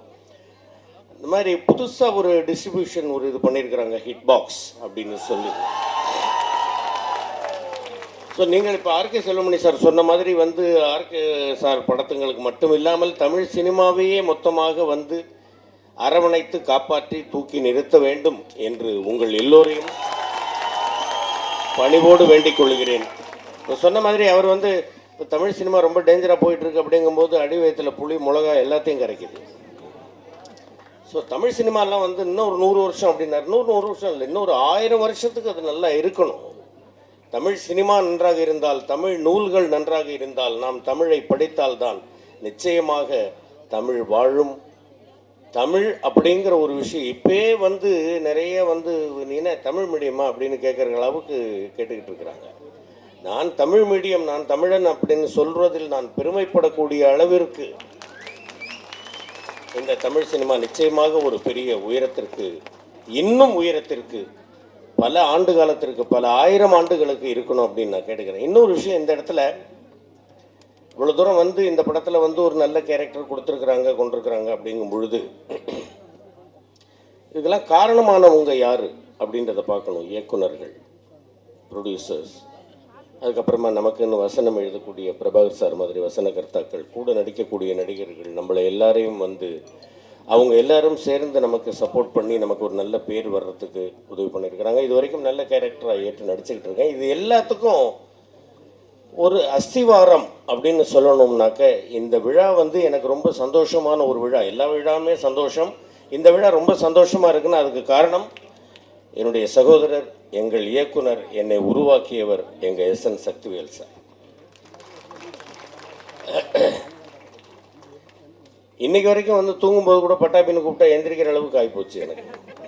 அதற்கு காரணமானவர் அவர்தான். அவரையும் ஹீரோ நடிகர் செல்வா அவர்களையும் என் வாழ்க்கையில் நான் மறக்க முடியாது. அதே மாதிரி என்னுடைய நண்பன் ராஜு ஈஸ்வர், அவனையும் நான் மறக்க முடியாது. இவங்க எல்லாரும் சேர்ந்து தான் எனக்கு ஒரு வேஷம் கொடுத்தாங்க. அந்த கொடுத்த வேஷத்தை நான் ஏதோ ஒழுங்காக நடித்தேன் அப்படின்னு சொன்னாங்க. நீங்கள் எல்லோரும் கூட சொன்னீங்க. அதனால தான் இந்த அளவுக்கு வந்து இங்கே வந்து உங்ககிட்ட பேசக்கூடிய அளவுக்கு என்னுடைய உணர்வுகளை பகிர்ந்து கொள்ளக்கூடிய அளவிற்கு நான் வந்திருக்கிறேன். ஆர்கே அவர்களுக்கும் மற்றும் இந்த படத்தில் பணியாற்றிய எல்லோருக்கும், எனக்கு ஆதரவளித்த அனைவருக்கும், எங்கள் சக்திவேல் சாருக்கும் என்னுடைய மனமார்ந்த நன்றி உங்களுக்கும் எல்லாருக்கும் தெரிவித்துக் கொள்கிறேன். இந்த படம் மிகப்பெரிய வெற்றி பெற வேண்டும் என்று எல்லாம் வல்ல இறைவனை வேண்டிக் கொள்கிறேன். நன்றி, வணக்கம். அனைவருக்கும் பணிவான மாலை வணக்கம். இந்த நிகழ்ச்சியில் முக்கியமாக பாராட்டப்பட வேண்டியது ஆர்கே அவர்கள். காரணம், சமீபத்தில் ஆடியோ ஃபங்க்ஷன் வந்து நடக்கிறதே இல்லை. அதாவது சிங்கிள் ட்ராக்குன்னு சொல்லி பேப்பர்லேயோ இல்லை மற்ற இதில் தான் பார்த்து நம்ம தெரிஞ்சுக்கலாம். இப்படி ஒரு பிரம்மாண்டமாக ஒரு விழா நடத்தி அதில் ஆடியோ ரிலீஸ்ன்றது வந்து கொஞ்ச நாளைக்கு பிறகு இவ்வளோ பிரம்மாண்டமாக நடத்துறது வந்து முக்கியமாக ஆர்கே. அதுக்காக அவர் பாராட்டே தருவேன். அதில் உள்ள கிக்கு என்னன்னு சொன்னால், சிங்கிள் ட்ராக் பண்ணலாம், எல்லாம் பண்ணலாம். எப்படி இந்த மக்களுடைய கரகோஷம், அவங்களுடைய ஆரவாரத்தை கேட்கும்போது உள்ளே இருக்கிற அந்த சந்தோஷம் நிச்சயமாக மனசில் வந்து நிற்கும். அதை அந்த ப்ரமோஷனில் பார்க்கும்போது அது ஒரு பெரிய மக்கள் மத்தியில் போய் சேரும்போது வந்து பெரிய வரவேற்பு கிடைக்கும். அதில் செல்வமணி சொன்னது போல் இந்த கூட்டத்தை வரவேற்கிறன்றது, இந்த மாதிரி ஒரு கூட்டத்தை நீங்கள் வந்து ஒரு இளைய தளபதி விஜய் அவர்களோட படத்தை, அஜித்துடைய படங்களுக்கு வந்து பார்த்தீங்கன்னா, இந்த அப்படிப்பட்ட நடிகர்களை ஒப்பிடுற அளவுக்கு இந்த ஆர்கே அவர்கள் வந்து இந்த ஃபங்க்ஷன் நடத்துகிறாருன்னு சொன்னால்,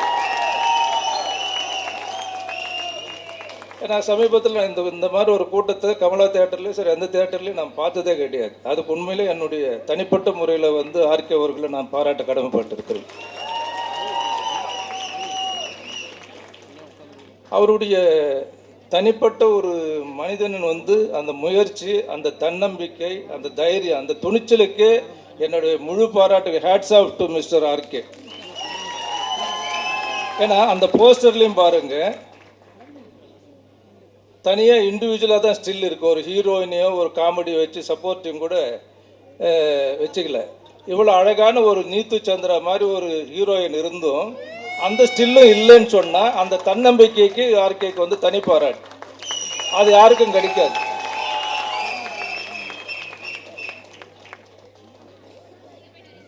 அப்படிப்பட்ட வைகை எக்ஸ்பிரஸ் வந்து நிச்சயமாக வந்து மாபெரும் வெற்றி பெறும் என்பதில் சந்தேகமே கிடையாது. ஏன்னா உங்கள் போல் ஒரு நண்பர்கள் ஒவ்வொரு ஊர்லேயும் தமிழ்நாட்டு முழுவதும் அவங்க இருக்கிறாரு.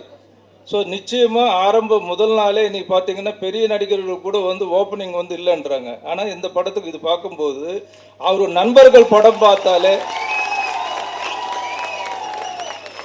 அவருடைய நண்பர்கள், நான் சொல்கிறது ரசிகர்கள் இல்லை, நண்பர்கள் படம் பார்த்தாலே அது ஹவுஸ்ஃபுல் ஆகிடும். ஸோ அந்த அளவுக்கு இது வந்து இங்கே நான் பார்க்குற கூட்டம் வந்து ஒரு சின்ன டீசர் மாதிரி தான் இது.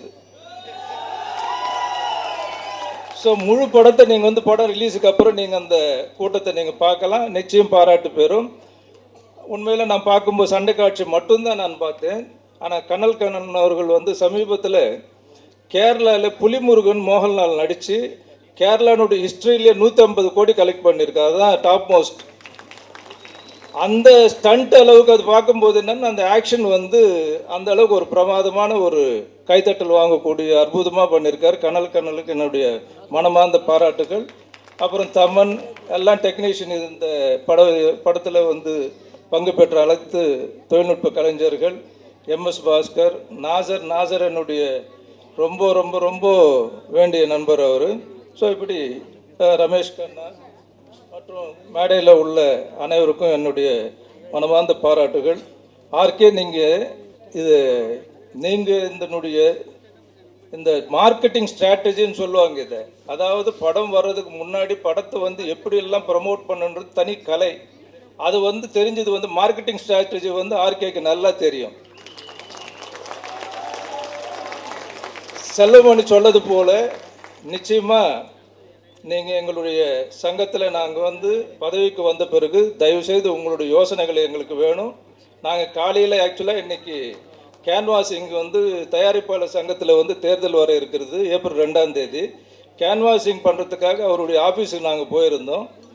போயிருக்கும்போது அவர் மேலே இருந்தார். நாங்கள் போய் எல்லாரும் போனோம். காலை 9 மணிலேருந்து சுற்றிக்கிட்டு இருக்கோம். இன்னும் கூட ஃப்ரெஷ் ஆகிட்டு வரல, வீட்டுக்கு போயிட்டு குளிச்சுட்டு வரலான்னு நினச்சோம். ஆனால் வர்ற வழியில் நாங்கள் பேசிக்கிட்டோம், ஃபங்க்ஷனுக்கு போகிறதா வேண்டாமா, இல்லை போயிட்டு வந்தால் லேட் ஆகிடுமேன்னு. இல்லைங்க, அவருக்கு 4 ஓட்டுக்கு 5 ஓட்டு கையில் வச்சுருக்காரு. ஸோ அதனால் ஃபங்க்ஷனுக்கு வேறு வர சொல்லிட்டாரு. நீங்கள் வரதா இருந்தால் ஆடியோ ஃபங்க்ஷனுக்கு வாங்க ஈவினிங்குன்னு சொல்லி போகலன்னா அந்த 5 ஓட்டு போய்டும்னு நினச்சி நாங்கள் 5 பேரும் அங்கே வந்தோம். ஆனால் இங்கே வந்து பார்த்த பிறகு தான் இது 5 ஓட்டு இல்லை, நீங்கள் 500 ஓட்டு எங்களுக்கு கிடைக்கிறதுக்கான ஒரு வாய்ப்பு இருக்குன்னு சொல்லி. ஸோ அந்த அளவுக்கு எதுக்காக சொல்கிறேன்னா, அந்த அளவுக்கு செல்வாக்கு இருக்குது. நிச்சயமாக எங்கள் மாதிரி நல்லவங்களை நீங்கள் தேர்ந்தெடுங்க. நீங்களும் நல்லா இருப்பீங்க, நாங்களும் நல்லா இருப்போம். நன்றி, வணக்கம்.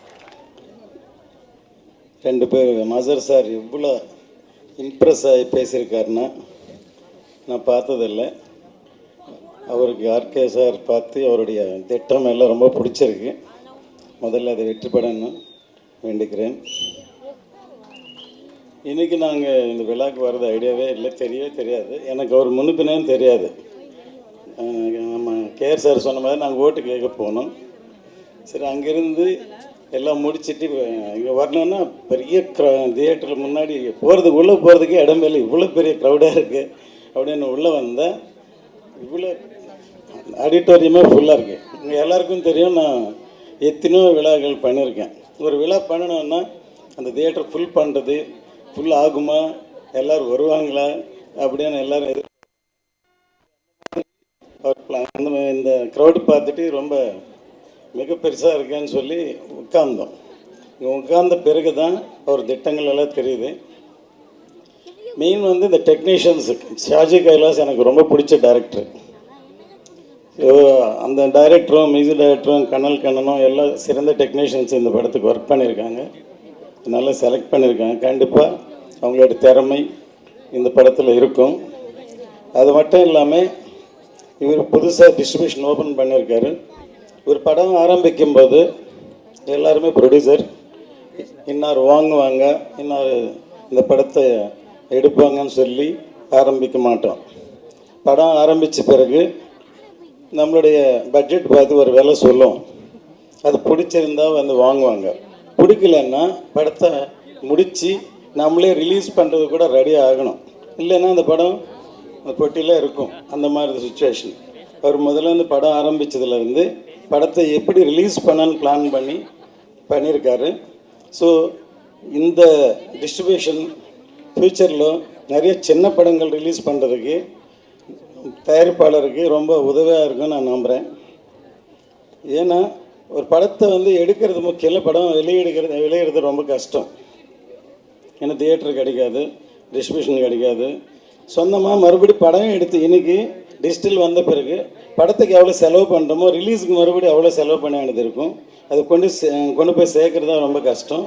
ஸோ அந்த மாதிரி சொந்தமாக முதல்ல பிளான் பண்ணி ஒரு டிஸ்ட்ரிபியூஷன் ஆரம்பித்து நான் என் படத்தை நானே ரிலீஸ் பண்ணுறேன்னு சொல்லி அவர் திட்டமிட்டு இந்த செயல் பண்ணியிருக்காரு. இதுக்கு வந்து அவருக்கு ஒரு பேஷன், அவருக்கு நம்பிக்கை, தன்னம்பிக்கை. அந்த படத்தை வந்து நான் ஏற்கனவே எல்லாருக்கும் தெரியும், ரன்னு ஒரு படம் எடுத்தேன். அந்த அந்த படத்து மாதிரி அவ்வளோ வேகமாக இருந்தது. இப்போ வைகை எக்ஸ்பிரஸ்ன்னு இந்த டைட்டில் பார்த்தேன், எனக்கு என் படம் ரன்னு தான் ஞாபகம் வந்தது. ரன்னு மாதிரி இந்த வைகை எக்ஸ்பிரஸ் கூட மிகப்பெரிய வெற்றி அடையணும்னு நான் வேண்டுகிறேன். எல்லோருக்கும் வணக்கம்.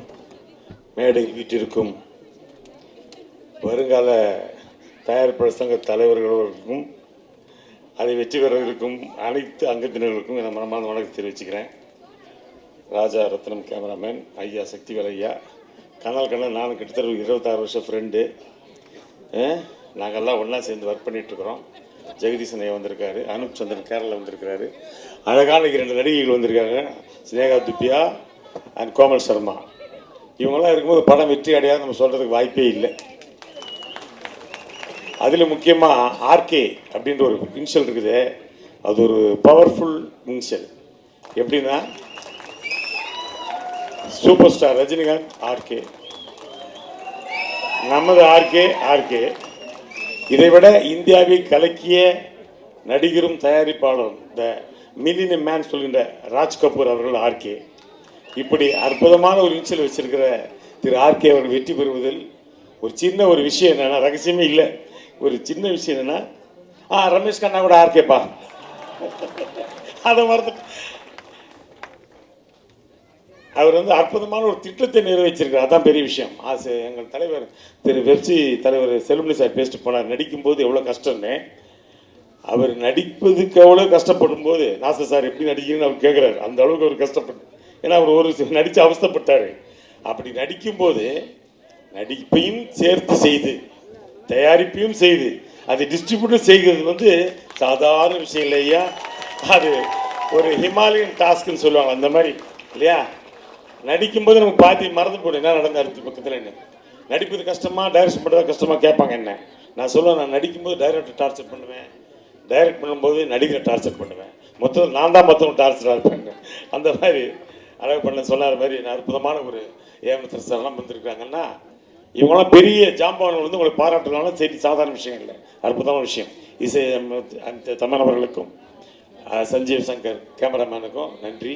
முக்கியமாக நான் சொல்ல வேண்டியது டைரக்டர் ஷாஜி கைலாஸ் அவர்களுக்கு. அவரை பற்றி உங்களுக்கு தெரியாது, very great technician in all over India. இந்தியாவிலே பெரிய டெக்னீஷியன் அவர். அவருடைய ஷார்ட்ஸ் எல்லாம் நீங்கள் பார்த்தீங்கன்னா, ஏன்னா கொஞ்சம் டைரக்ஷன் தெரிஞ்சாலும் எனக்கு தெரியும். நானே ஷார்ட்டில் போய் எப்படி சார் எடுக்கிறீங்க, எப்படி கட் பண்ணுறீங்க, உள்ளே பூந்து எடுப்பார் ஷார்ட்டை. இப்படி இது எப்படி ஒரு ஷார்ட்டாக வருதுன்னு அந்த அளவுக்கு அற்புதமான ஷார்ட் எடுத்திருக்கிறாரு. அதற்கு ஊக்கமளிப்பதே ஒரு பெரிய விஷயம் இல்லையா. அது ஒரு வகையில் தயாரிப்பாளர் யாருக்கே வந்து சம்மதிக்கிறேன். இன்னும் சொல்ல போனால் இது எல்லாற்றையும் விட எப்பொழுதுமே கைத்தட்டலும் சந்தோஷம் மகிழ்ச்சியும் தரப்போகின்ற ஹிட் பாக்ஸ்.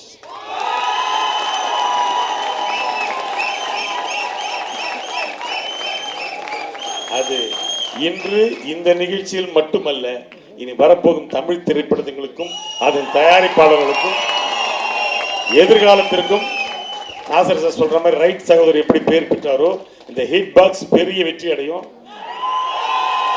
அது காரணம்னா ஆர்கே அதோட பெரிய வெற்றி அடைவார். சரித்திரத்தில் நீங்க இடம் பிடிச்சிங்க, அதான் உண்மை.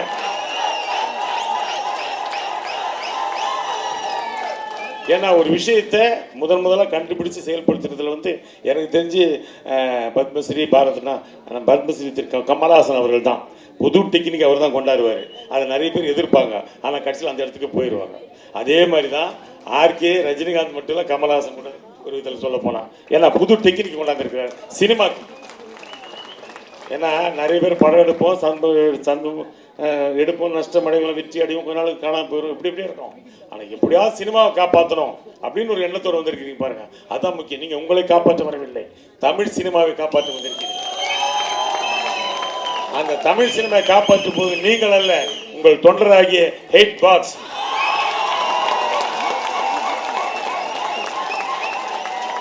ஹிட் பாக்ஸ்,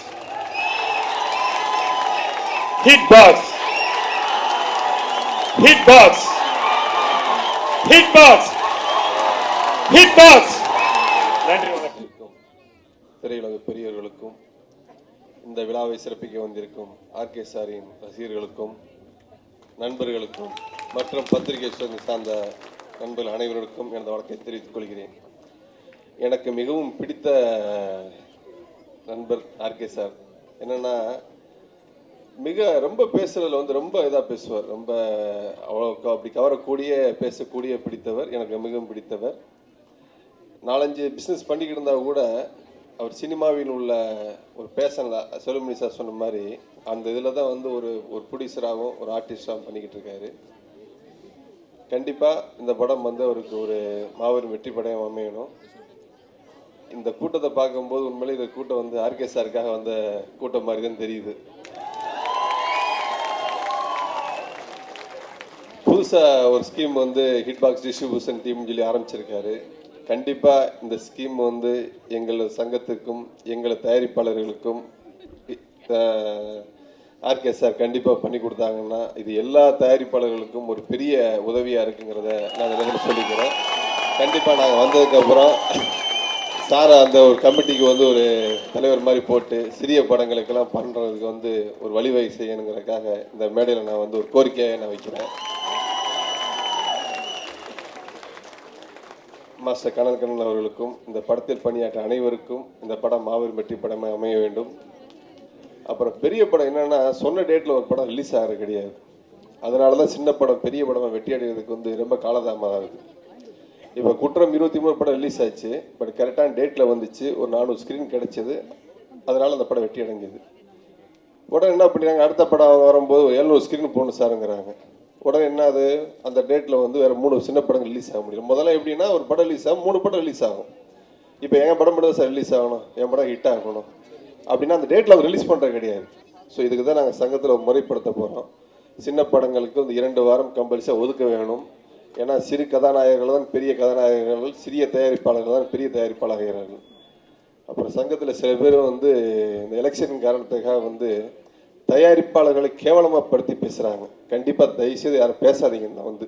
நான் வந்து ரெக்வஸ்ட்டாக பத்திரிகைகளுக்கு இங்கே சொல்கிறேன், சக தயாரிப்பாளர் கேட்டு சொல்கிறேன். ஏன்னா அவங்களுக்கு ஒரு குடும்பம் இருக்குது, அவங்களுக்கு ஒரு குழந்தை குட்டி இருக்குது.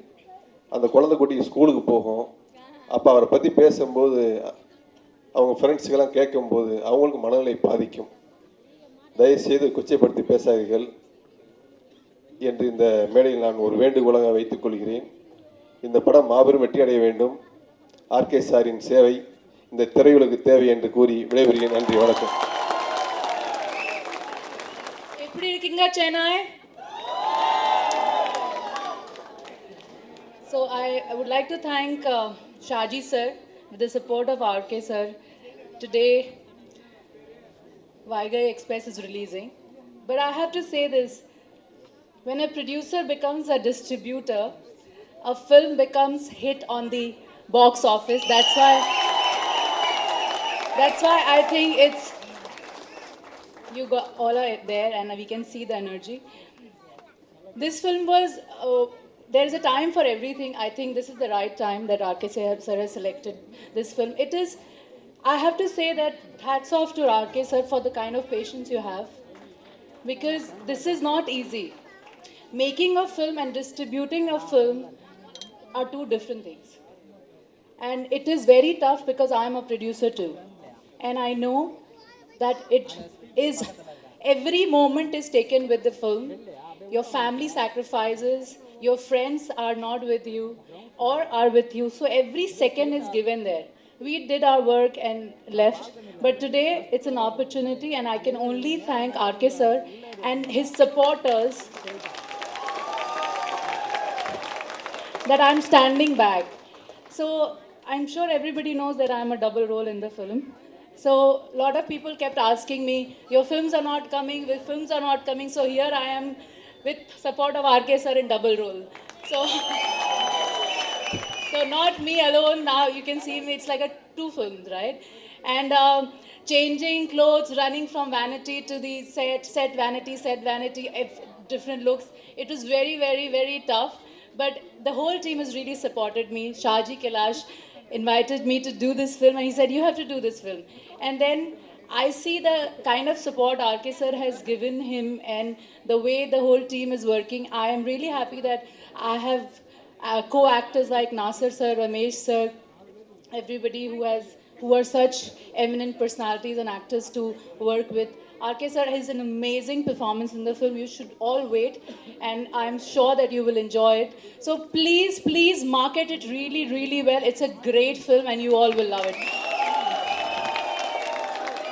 Romba, romba, romba nandri to the cameraman, to all the technician, to the action director, very, very important. All the art director, the whole team was really, really at it working. Technicians, their support to the whole team, your whole team, which is very important. I would also like to thank the press media who's really supported us, all of you. You always supported me. So thank you so much for accepting me and I'll be here. Romba nandri. அன்பார்ந்த ரசிக பெருமக்களுக்கும் பத்திரிகை நண்பர்களுக்கும் மேடை அலங்கரித்துக் கொண்டிருக்கும் பெரியவர்களுக்கும் என் முதல் கண் வணக்கம். இப்போது நம்மளுடைய விழா கதாநாயகன் ஆர்கே சார் தான். இன்றைக்கி தான் ஆர்கே சார் ரஜினிகாந்த் அப்படி சொல்கிறாங்க. அன்றைக்கே நான் சொல்லிட்டேன், என் வழி தனி வழின்னு ஒரு இது எல்லாம் அவன் சேர்ந்தான் முதல் படம் அவருக்கு பண்ணேன். அந்த படம் மிகப்பெரிய ஒரு வெற்றி அடைந்து ஆர்கே சாருக்கு ஒரு தனி ஒரு ஆக்சுவலாக அதை நான் சண்டை பற்றி தான் பேசுகிறேன் நல்ல பொதுவாக. ஏன்னா அதில் அவருடைய நான் ஆக்சுவலாக முதல் படம் பண்ணும்போது இவர் நீட் ஃபேஸ் தான். பட் இவர் எப்படி ஆக்ஷன் பண்ணுவார், கொஞ்சம் இதாக தான், எப்படி நம்ம அங்கே பெரிய ஹீரோ இங்கே ஹீரோ பார்த்துக்கிட்டு வந்து பண்ணோம். அப்படியே சைலண்டாக அப்படி நடந்து போகும்போது இன்னொரு பெரிய மாஸ்டர் மாதிரி என்னை க்ளோஸாக வரமாட்டார். பெரிய ஃபைட் மாஸ்டர் அவர் எப்படி நான் மூவ் படிச்சுட்டு போகும்போதே மாஸ்டர் நல்லா ரோப் ஷாட் பண்ணி வைங்க அப்படிப்பாரு. ரோப் ஷாட் ஒழுங்காக பண்ண வராரு. அது முதல் ஷாட்டை ரொம்ப நல்லா பண்ணோன்னே எனக்கு ரொம்ப அவர் மேலே ஒரு மிகப்பெரிய எனக்கு நல்ல ஒரு அதாவது ஒரு சினிமா ஒரு பேஷனாக எடுத்துக்கிறாருன்றது எனக்கு அப்போ தான் புரிஞ்சுது. அதுக்கப்புறம் அந்த படம் முடிஞ்ச பிறகு நான் பர்சனலாக நிறைய விஷயங்களை மீட் பண்ண வேண்டிய இது கிடைச்சது எனக்கு. அப்போது அவருடைய விஷயங்கள் எல்லாமே நான் பார்த்து ரொம்ப நான் அவரோட அதாவது எப்படி சொல்கிறதுன்னா ஒரு பப்ளிக் விஷயங்களை கூட அவர் டேக் ஓவர் பண்ணிடுறதெல்லாம் பார்த்தேன். அவருடைய நெட்டில் வெப்சைட்டில் போய் பார்த்தா உண்மையில் ஒரு சினிமாவை மீறி ஒரு பொது நல சிந்தனை உள்ள மனிதராக நான் அவர் பார்க்குறேன். கண்டிப்பாக அது எனக்கு ரொம்ப ரொம்ப ரொம்ப பிடிச்சிருந்தது. அதுக்கப்புறம் இந்த 4 பேர் நடுவில் கொஞ்சம் படங்கள் பண்ண முடியல. இந்த படத்துக்கு என்ன அவரே தான் இப்போ ஆக்சுவலாக அவர் வந்து மேனேஜரில் அப்படி பேசவே மாட்டார். அவரே டைரக்டர் லைனில் வந்துடுவார். எங்கே இருக்கீங்கம்மா சார் ஒன்று வரீங்கம்மா ஆஃபீஸ் வாங்க அப்படிம்பார். நானும் அவர் வந்து வாங்கன்னு சொல்ல ரொம்ப உரிமையாக அவர் ஃபேமிலி ஒருத்தர் மாதிரி தான் கூட. அதனால் நான் வர முடியாது அதெல்லாம் சொல்லவே முடியாது. நான் வந்துடுறேன் சார். அது மற்ற வேறு டயர்ட்லாம் கூப்பிட்டா எப்போ சார் வரணும்? சாயங்காலம் 4 மணிக்கு. சார் 4 மணி வேணாம் சார், நாளைக்கு காலைல 10 மணி வர சார், அதான் நம்ம சொல்லுவோம். பட் அவர் கூப்பிட்டா நான் வந்து அவரை மறுக்க முடியாது. என்னன்னு தெரியல, ஏதோ ஒரு மேஜிக் வச்சுருக்காருன்னு நினைக்கிறேன். அது அப்படிப்பட்ட ஒரு மனிதர். இந்த படத்தில் வைகை எக்ஸ்பிரஸ் முதல்ல கமிட் பண்ணும்போது அந்த ஒரு ப்ரொஜெக்ஷன் பண்ணாங்களா, அந்த ஃபைட் தான் எடுத்தேன். ரொம்ப நல்லா இன்ட்ரெஸ்டிங். முதல் ஷாட்டே ரோப் அந்த டயரில் அடிச்சு மல்ல வந்து விட்டார்ல, அது நான் கம்போஸ் பண்ணும்போதே அசிஸ்டன்ஸை சொன்னேன், சார் பண்ணுவாரா? ஏன்னா மல்லாந்து விழுந்து இம்பேக்டில் மறுபடி அதை ஒரு 3 ஷாட்டாக கட் பண்ணிருக்காங்க. ஆக்சுவலாக நான் ஒரு ஷாட்டாக போட்டால் தான் அந்த ஹீரோ ஒரிஜினலாக பண்ணுற விஷயம் நல்லாயிருக்கும்னு நினச்சேன். ஆக்சுவலாக அவர் கஷ்டப்பட்ட விஷயம் தெரியும். அது சார் பண்ணுவாரா பார்த்துங்க, சிங்கிள் ஷாட்டாக தான் போடணும் அப்படின்னு ஒருத்தனை தூக்கி அடித்து அவன் கீழே இருப்பான், மறுபடியும் பவுன்ஸ் அண்ட் லேண்ட் ஆகணும். ஆனால் முதல் ஷாட்டை ஓகே இம்ப்ரெஸ் ஆகிட்டேன். போட்டு பின்னா நமக்கு ஒருத்தர் நல்லா எது கொடுத்தாலும் தாங்கிறாரா இருக்கே சார். இது போட்டு படம் ஃபுல்லாக ஆக்கிடுச்சு. அதுவும் நீங்கள் ஒரு இல்லை பெஸ்ட்டு சீக்வன்ஸ் இருக்கு. இதில் வந்து ஒரு ட்ரெயினுக்குள்ளே ஃபைட் இருக்கு. அதான் செல்லுமணி சார் இவங்க டான்ஸ் பார்க்கும்போது அவர் தூங்கிட்டார். அப்படி ஒரு கேரக்டர் அவர் வச்சு ஒரு மேஜர் ஃபைட்டர் எடுத்திருக்கேன். அது இல்லாமல் சார் அந்த அந்த ட்ரெயின் ஃபைட்டில் நீங்கள் பாருங்களேன், உண்மையிலே நான் ஒரு பெரிய எனக்கு ப்ரௌடாக இருக்குது. என்ன ஒரு ஹாலிவுட்டுக்கு ஈக்குவலாக நாங்கள் அந்த ஃபைட்டை பண்ணியிருக்கோம். ட்ரெயின் போவோம், அந்த ஆக்சுவலாக அந்த ஒரே சிங்கிள் ஷாட்டாக போட்டுருக்காங்க. ஏன்னா அந்த ஃபைட்டை காமிச்சா அது இன்ட்ரெஸ்ட் போயிடும். ரன்னிங் ட்ரெயினில் ஒரு 15 ஃபைட்டர்ஸ் அவுட் சைடு பிடிச்சி உள்ளே வருவாங்க. அப்போ ஆர்கெஸ்ட்ரா அடிச்சுட்டு கிளாஸ் உடைச்சு ஆர்கெஸ்ட்ரா வெளியே வருவார். வெளியே வரும்போது ஆப்போசிட் இந்த சிக்னல் பிளாக் மிதித்து அகைன் போய் கேஷ் பண்ணுவார். அதுக்கப்புறம் ஜம்ப் பண்ணும்போது ஆப்போசிட் ட்ரெயின் வரும், அப்படி ட்ராவலாகவே அடுத்த ட்ரெயின் போய் கேஷ் பண்ணுவார். அப்படிலாம் ரொம்ப ரொம்ப ரொம்ப இன்ட்ரெஸ்டிங்காக அந்த ஃபைட் எடுத்திருக்கேன். அது எப்படி சொல்கிறதுன்னா, என்னால் ஆர்கே சாரையும் ஒரு ஹாலிவுட் படத்துக்கு இணையாக நான் பண்ண முடியுன்றது ப்ரூவ் பண்ணுறதுக்காக தான் அது எடுத்திருக்கேன். இப்போ சமீபம் நிறைய சண்டை காட்சி எடுத்துகிட்டு இருக்கேன். இது எனக்கு 450 படம் 400-500 படம் நெருங்கிட்டு இருக்கேன். நிறைய இல்லை, இது மட்டும் இல்லை, ஹிந்தி தமிழ் மேலே ஆல் லாங்குவேஜ் ரீஜன் பண்ணிகிட்ருக்கேன். பட் ஏதாவது ஆக்சுவலாக பூசு பண்ணணும்னு ரொம்ப நாள் எனக்கு ஆசை. இப்போ லாஸ்ட்டாக சிங்கம் பண்ணேன். அது வழக்கமாக ஒரு 300 ஃபைட் எதுக்கு ஏதாவது பூசாக பண்ணி ஆகணும். அதுக்காக அந்த சேலஞ்சான இந்த படம் எனக்கு சார் ஆர்கே சார் கொடுத்தது. அது என்ன ரொம்ப ரொம்ப நல்லா எக்ஸ்ட்ராங்காக வந்திருக்கு. ஆனால் டெஃபினட் இந்த படம் மிகப்பெரிய ஒரு வெற்றி அடையும். ஏன்னா அதனுடைய பாசிட்டிவ் எனர்ஜி எங்களுக்கு வந்து உள்ளே அந்த பாசிட்டிவ் எனர்ஜி இருக்குல்ல, அதுவே எனக்கு ப்ளஸ்ஸாக தெரியுது. இன்னொரு விஷயம், நான் அந்த ஷாஜிகிலாஸ் இயக்குனர் அவருடைய நிறைய படம் பண்ணுறேன். அவருடைய ஸ்டைல் ஆஃப் மேக்கிங் எனக்கு ரொம்ப பிடிக்கும். இந்தியாவுக்கே எல்லாருக்குமே பிடிக்கும். நம்ம டெக்னீஷியன் எல்லாருக்கும் பிடிக்கும். அது cameraman Sanjeev Shankar, art director, அப்புறம் அந்த படத்துக்கு அந்த கிளாஸ் ஒர்க் பண்ணி கொடுத்த என் நண்பர் ராஜரத்னம், எல்லாருக்கும் நான் ரொம்ப தேங்க்ஸ் சொல்லணும். அடுத்தபடியாக ஆர்கே சார் அடுத்த படத்துக்கு என்ன கமிட் பண்ணிருக்காரு பாருங்க. நான் ரோப்பு கட்டியும் இவ்வளோ கட்டியும் அவர் விட மாட்டேங்கிறாரு. தண்ணியில் இருக்கிற டைரக்டர் சார், அவர் விஜய் ராஜா தான் செய்கிறோம். அது ஒரு மிகப்பெரிய, நான் நடிக்கிறதில்ல சார், ஒரு நடிக்க சொல்லியிருக்காங்க பெரியவர். ஆமாம். ஸோ இந்த படம் வைகை எக்ஸ்பிரஸ் மிகப்பெரிய வெற்றி அடைய எல்லாம் அல்ல நான் வணங்கும் கடவுளை வேண்டுகிறேன். அந்த யூனிவர்சிட்டியில் நான் வந்த ஒரு எல்கேஜி ஸ்டூடெண்ட் மாதிரி அந்த ஸ்கூலில் அட்மிஷன் கொடுத்த, அந்த யூனிவர்சிட்டியில் அட்மிஷன் கொடுத்த நம்ம கிரேட் ப்ரொடியூசர் சார், நன்றி. நம்ம ரைட்டர் பிரபாகர் சார், இந்த படத்துக்கு முன்னாடி அவங்க இன்னைக்கு ஒரு ரைட்டர் தான், இப்போ ரைட்டரும் என் அண்ணன். இந்த வெரி குட் டெக்னீஷியன்ஸ் எல்லாரும், பெரிய ப்ரொஃபஸர், இந்த யூனிவர்சிட்டியில் பெரிய ப்ரொஃபஸர் நாசர் சார், அவங்கள எல்லாமே கூட, பாஸ்கர் சார், ரமேஷ் சார், எல்லாருடைய கூட கொஞ்சம் நேரம் கிடச்சி. Thanks God. இது என் முதல் படம், கண்டிப்பாக பார்க்கணும். அதுக்கப்புறம் please you inform me. You R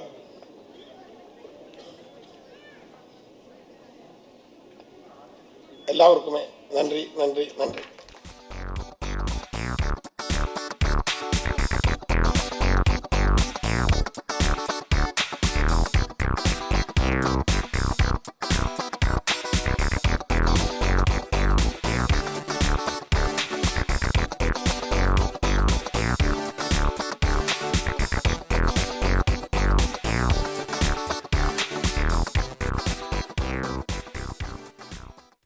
Tamil திரைப்பட தயாரிப்பாளர் சங்கத்தினுடைய சக்தி போய்விட்டது. அந்த சக்தியை திரும்ப பெற வேண்டும் என்பது.